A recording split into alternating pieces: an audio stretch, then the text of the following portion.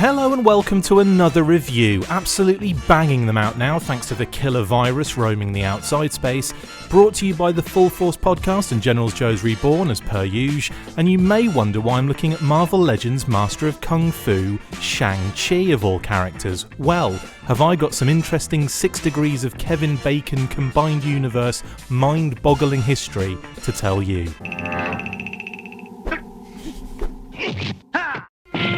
Before I get to the big reveal that I'm almost sure you all know about already anyway, let me take you back to the early 70s.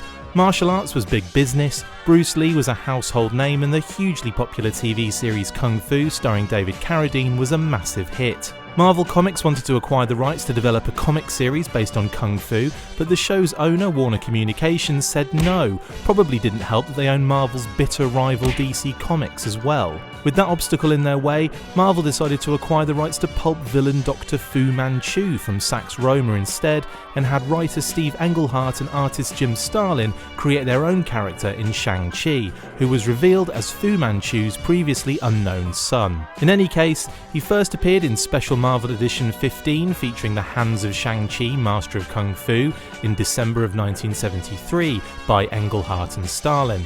By issue 17 they dropped the Special Marvel Edition part of the title and just kept the still extraordinarily long title of The Hands of Shang-Chi, Master of Kung Fu. The comic was very popular and ran to issue 125 in June of 1983, half a year shy of a decade.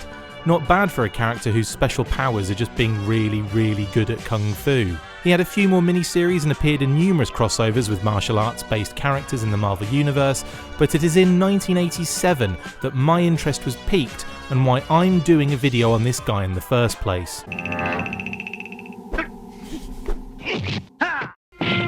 Yes, Shang-Chi popped up, not just as an additional reprint in the back of Action Force Weekly, but in the actual continuity itself. Now, Quick Kick was a huge character in the Action Force stories, especially in the Action Force Weekly comics, which ran from the 7th of March 1987 to the 13th of February 1988 and consisted of 50 glorious issues. Shang's first appearance was in issue 17 in a story titled Meditations in Red, which served as an introduction to the character in advance of his inclusion in the comic as backup reprints of his adventures from Master of Kung Fu Volume 1. This lasted from issues 18 to 29 of Action Force Weekly and covered issues 29 to 31 of his own solo comic. Meditations in Red was the only story that intertwined him with the Action Force mythos and highlighted a connection between Shang-Chi and Quick Kick.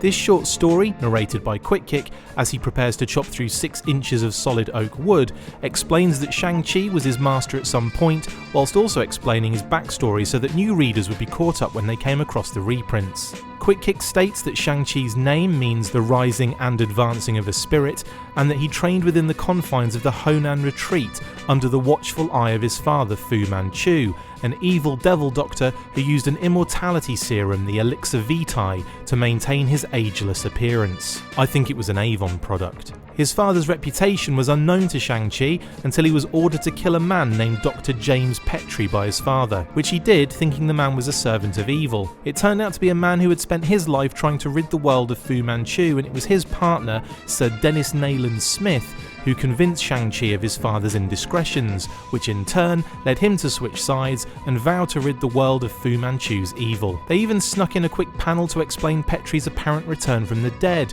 highlighting that Fu Manchu had tricked Shang-Chi into killing a sophisticated replicant of Petrie and the real man was still alive. Just an easy side note there with no need for further explanation at all. Quick Kick ends the story by successfully chopping through the wood, and we are prompted to expect Shang-Chi in his own solo series in the next issue. This small but fun link to the Action Force team went some way to help kids understand why his strips were appearing in the comic, and went into quite a lot of detail in what was a relatively short intro. Another interesting point to mention was that Quick Kick implicated a number of other Marvel characters into the continuity just by mentioning them, saying that he's seen the best: Iron Fist, Batroc, Elektra, and none of them came close to the greatness of Shang-Chi. As a kid, I was fascinated with martial arts and would watch Bruce Lee movies as much as possible. Quick Kick was a big favourite of mine in the Action Force universe, so when Shang-Chi appeared all of a sudden, I was sold. I didn't question the link, but then I wasn't aware of the motivations back then, and considering we'd had our own Action Force continuity as well as a Real American Hero backup strips in the same comic, confusion was an accepted standard feeling. All of this is why I lost my when Hasbro revealed images of Shang-Chi in the Marvel Legends toy line, and even more so when I learned of plans to make a live-action Marvel movie titled Shang-Chi and the Legend of the Ten Rings. I mean, Christmas or what? I very much doubt we'll see Quick Kick in the film, but that doesn't deter me from what will be a really cool addition to the Marvel Cinematic Universe, starring Simu Liu as Shang-Chi, Tony Leung as the Mandarin, and Awkwafina as an unnamed character at the time of this recording. At some point after Master of Kung Fu ended in 1983, Marvel let the rights to the Fu Manchu universe lapse. While they still retained Shang-Chi as a character, they could no longer name his villainous father in print. Furthermore, Marvel could not reproduce or reprint those Fu Manchu stories in print and digital collections until reaching a new arrangement with the Roma estate in 2015. The issue was made null and void when writer Ed Brubaker created a storyline in which the Shadow Council resurrected a zombified version of Shang's dad, only to discover that Fu Manchu was an alias and that his real name was Zheng Zhu, an ancient Chinese sorcerer who discovered the secret to immortality. Shang-Chi's had a number of sporadic appearances over the years, either in short solo comics or guest spots. He, along with other Asian and Asian American superheroes, became a main character in Greg Pak's Agents of Atlas series in 2019, and he has a brand new solo series beginning in June from Jean Luen Yang, a comic book writer and cartoonist making his Marvel debut, with artistic duties falling to Dike Ruan for the present day scenes and Philip Tan for the flashback pages. Right, having said all of that, shall we have a look at Shang-Chi himself? Before we get stuck in, I should say that I was desperate to find this figure at retail, but I'd failed on numerous occasions to locate him in my local Targets and Walmarts, to the point where I was seriously beginning to doubt the Midwest's ability to have nice things. Thankfully, I moved to Rhode Island where they grew them on trees, but I still couldn't get out to find any, what with moving and working getting in the way. However, an invite to the Hasbro preview event during Toy Fair in New York was my ticket to Shang-Chi'sville. Having arrived early to the event, I popped into Midtown Comics where I finally laid eyes on my beautiful Shang, and even had him in my hand ready to swap him for Benjamins or whatever the you call money outside of the early 2000s. Then I decided to put him back, as I didn't want to carry him around the show floor, and considering there were multiple Shangs on the pegs and the store was open until midnight, I figured I would get him on the way back to my hotel after the event was over. Cue the end of the event, and Hasbro very kindly gave the guests a goodie bag filled with all sorts of cool swag. I could see all sorts of different Hasbro figures in there, but it wasn't until I'd returned to my hotel, completely forgetting my plan to liberate a certain Marvel legend from his commercial prison, that I realised what I had been gifted. Yes, it was Shang-Bloody-Chi. I was almost knocked back onto the floor of my swanky hotel room like a scene from one of those movies where the twist happens and the main actor is all, "What's in the box?" or "He was dead the whole time," etc. To say I was happy was a understatement, and meant that I didn't have to navigate some rather sketchy New York streets like Raphael in a trench coat for my Midtown Comics midnight snack. Okay, enough of the diatribe, he says, adding even more time onto this review. To the figure, finally. Okay, we have your standard fare Marvel Legends box, I'm sure you've seen one of these before, window to the soul, and that figure looks awesome with a plethora of hands, which has to be a CDC nightmare in the washing department during the COVID-19 lockdown. Some nunchucks and a headless and limbless body, which is part of the bath for this particular wave. What is nice is the art that adorns the sides. I will say that they went with the Black Pants variant for the art, and I'm pretty sure there isn't a Black Pants variant figure out there, so this was a head scratcher, but he does look more like Quick Kick now, so I'm very happy. The art is gorgeous though, and they've done really well with the pose to get most of the body on show in such a small space. You will also notice the red spider web in the background. That will become clear in a short moment. To the back, here we have a close-up of Shang from the waist up, surrounded by a particularly potent guff that has produced a red mist. Nasty, silent but deadly, just like his fighting style. The smallest of descriptions ever, and the reason he was in front of spiderwebs before, because he was released in a Marvel Legends Spider-Man wave. Why, I hear you ask? Well, because Shang-Chi has links with the web-slinger from way back in 1979's Marvel Team-Up issues, as well as 2010's Shadowland storyline, where he joined forces with Spider-Man to fight Mr. Negative, and even taught him Kung Fu when he temporarily lost his Spidey senses. Parker even developed his own style dubbed the Way of the Spider. Here you can see the other characters you can locate in order to complete the Build-A-Figure demo goblin, like a regular goblin but with a nifty Casio drum beat in the background. Let's get this bad boy open and look at all of his bits. Easy. A snippety snip here and I'm in. Slides out fairly comfortably, and what wasn't abundantly clear initially was that card design behind the figure, which is really cool once out on show with all those spiders and webs, again tying him into this particular wave of toys. He comes with a percentage of Demo Goblin, but also his very cool and deco-similar cape, which I will steal for Chi later in the review. He isn't swimming in accessories, but he does get 2 sets of nunchucks, one set laid out straight and the other with a cute angle to replicate the underarm pose or to imitate the rotational movement mid-swang-in. The detail on the chucks is gorgeous, and I love those little dragon heads on the ends of the handles. Lovely stuff. I say he doesn't come with a lot of accessories, but he does somehow get 647 sets of hands. Okay, I exaggerated, it's way more than that.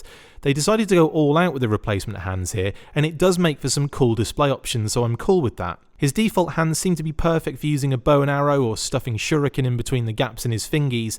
They also look like he's doing that hand pose from the drunken monkey martial arts style or whatever it's called. He has a more spread set that still sort of grip, a chopping set, a closed fist, and an open grip for using weapons and so on. He has every hand you could think of, except this one. Or this one. Shang-Chi, we finally meet for the first time. The figure is really nice. I'm super impressed with the vibe immediately and love that head sculpt. In terms of the version they chose to do, it makes financial sense for Hasbro to go with the more basic topless visage, even though he was known for that matching jacket early on in the comic and has a newer, more vibey and clothed look in recent years. The figure has super long and wibbly flowing headband material in semi-hard, easy, plastic that wibbles around the back there. That's actually pretty cool. A soft goods edition wouldn't have had the same effect and really suggests movement, so works well in dynamic poses. The topless upper torso is an unfortunate victim of its own superb articulation. With so many cuts and crunches, especially for the butterfly joints that protrude across the pecs, it's hard not to see them. Where a more textured and panelled armour body could use the splits and cuts to its advantage, this figure really does show those off in the nud. That said, it isn't enough to put me off what is a very striking and aesthetically pleasing design. He also has painted on nipples, which makes me laugh, they're so cute. Moving down the figure, we have more cuts and splits, which make for great articulation, but not the most solid design for such a basic costume. There's also a different colour used on the waist and very upper thighs than on the rest of the legs, which isn't clear until you get very close to the figure. Bit nitpicky, but should be mentioned. The lower legs do a much better job of hiding the extra articulation cuts, like where the lower legs appear from the bottom of the pants, which look brilliant by the way. That deco strip is a nice touch and the feet are actually sculpted in quite a lot of detail considering. Even with all that said regarding the cuts and splits for articulation, I really love what I'm seeing and love the positions I can get him in. The legs are far more forgiving than the upper torso, but he still does it for me big time. I am not disappointed at all. The cape that comes with Demo Goblin actually has a similar colour scheme to the figure and it sort of works on him. I'm not sure how measured the decision was, but I'm glad he can get at least some warmth to stop his painted nipples getting erect. Obviously it wasn't designed to fit Shang-Chi, but I'm still going to put it on him and enjoy the outcome. Sort of like Megatron in whatever Transformers movie that was. He is also superbly balanced. Just look at the high kick positions I can get him in. So cool. Be aware that some of the joints, mainly the forward-backward pivot on the ankles, will need either a little burst with the hairdryer or some gentle coaxing when moving for the first time. Do not force it because you know what will happen and then you'll get all mad and blame Hasbro like it's their fault the joints are tight. You want them to be tight. If they came loose, you'd have about 3 days of movement before they turned into Sergeant Slaughter's lower legs. In conclusion-tons, I still absolutely love this figure, but feel there could be improvements or other inclusions to make him even better. For one thing, if you're going to go the classic route, then include that jacket. Not only will it look cool, but it will also cover up a few of the articulation cuts and crunches that are just so in your face without it.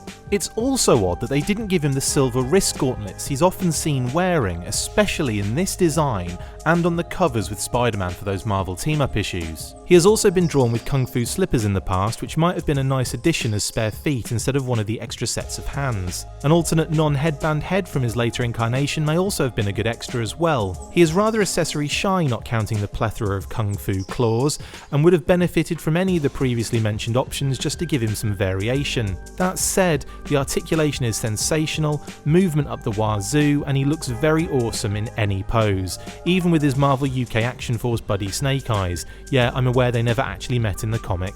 It's my video and I'll do what I want, unless one of you says something nasty in the comments, then I'll do what I want, but I have my middle finger extended and pointed in your direction at the same time. But yeah, articulation is top notch, has a lot of hands and chucks for multiple display options, he looks great with some beautiful sculpted details, albeit with some heavy and noticeable visual breaks, and he's finally in my possession. Shang-Chi.